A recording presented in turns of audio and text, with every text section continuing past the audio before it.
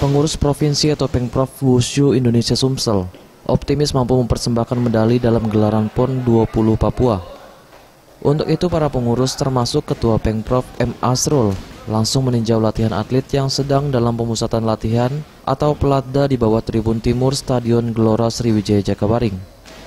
Wushu Sumsel sendiri hanya diwakili satu atlet dalam gelaran PON Papua mendatang atas nama Firan Anista yang turun di kelas Sanda Putra 75 kg.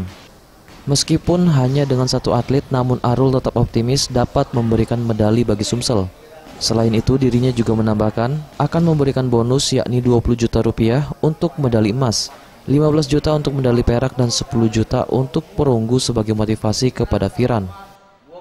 Sebenarnya kita sudah persiapkan dari awal dan saya yakin akan merebut medali emas di PON Papua nanti. Amin. Amin. Saya berdoa dan berusaha maksimal supaya Ananda kita ini bisa merebut medali emas di PON Papua. Dan juga kami hari ini beserta pengurus memberikan bantuan kepada Ananda kita ini berupa dana untuk selama di sini, membeli suplemen dan lain sebagainya. Mudah-mudahan bisa dimanfaatkan dengan baik. Kami berusaha yang terbaik untuk atlet wushu Sumatera Selatan.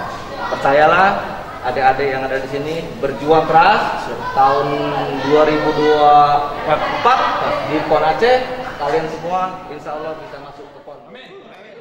Sementara itu, Firan merasa bangga dan berterima kasih atas kunjungan dan motivasi yang diberikan ketua dan pengurus lainnya.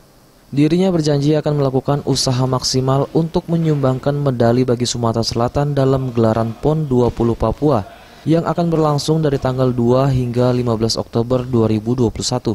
Terima kasih atas pengurus provinsi yang selalu mensupport kami untuk berangkat ke Pelatda PON pada tahun ini. Terima kasih banyak. Insya Allah kalau emang rezekinya emas, saya akan berusaha terbaik untuk Sumsel.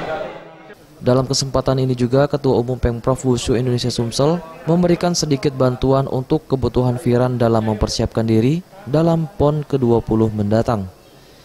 Eza PM, Sriwijaya TV.